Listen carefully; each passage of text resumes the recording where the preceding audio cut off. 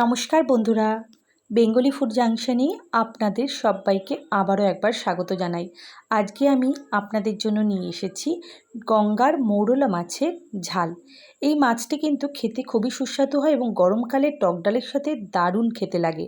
আজকে আমি আপনাদের মৌরলা মাছের ঝাল আলু দিয়ে করে দেখাচ্ছি।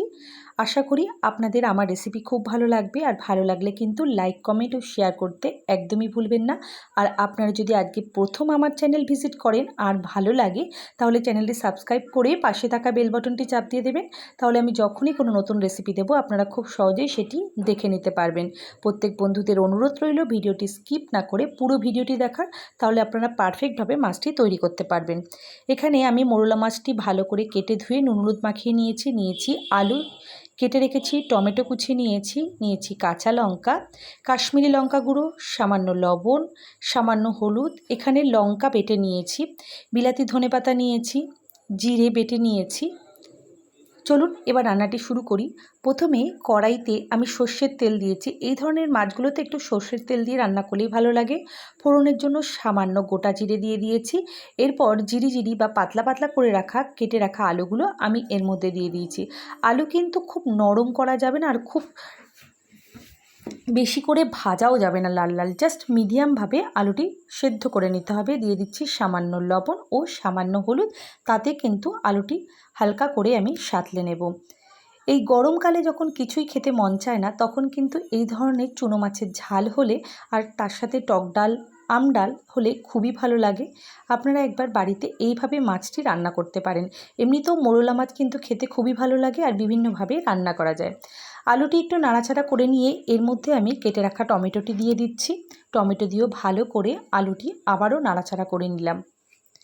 এরপর এখানে আমি দিয়ে দিচ্ছি সামান্য কাশ্মীরি লঙ্কার গুঁড়ো। এটা পুরোপুরি অপশনাল, আমি মাছের রঙটি বা কালারটি ভালো দেখানোর জন্য এটি ব্যবহার করেছি। আপনারা নাও দিতে পারেন, কোনো অসুবিধা নেই। এরপর একে একে বাটা মশলা, আমি এখানে 2 চামচ মতো কাঁচা জিরে শিলনোড়াতে বেটে নিয়েছি।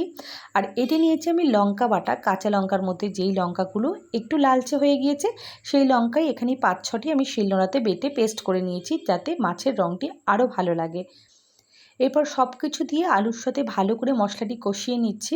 মশলার বাটি ধোয়া জলটি আমি এর মধ্যে এরপর দিয়ে দিচ্ছি, যাতে মশলাটি ভালোভাবে মিশে যায়। এখানে আমি গোটা লঙ্কা দিয়েছি, লঙ্কাটি চিড়ে দিইনি। ঝালের পরিমাণ প্রত্যেকেই আপনারা নিজস্ব অনুযায়ী দিয়ে দেবেন, যে যেরকম ঝাল খান। লঙ্কাটি আমি দিয়ে দিয়েছি। লঙ্কা দিয়ে আরও একবার ভালো করে নাড়াচাড়া করে নিচ্ছি। এরপর আলু যখন 50 থেকে 60% কুক হয়ে যাবে, তখন আমি মোরলা মাছটি এর মধ্যে দিয়ে দেব। মাছ যেহেতু খুবই নরম থাকে, তাই বেশিক্ষণ রান্না করার প্রয়োজন হয় না।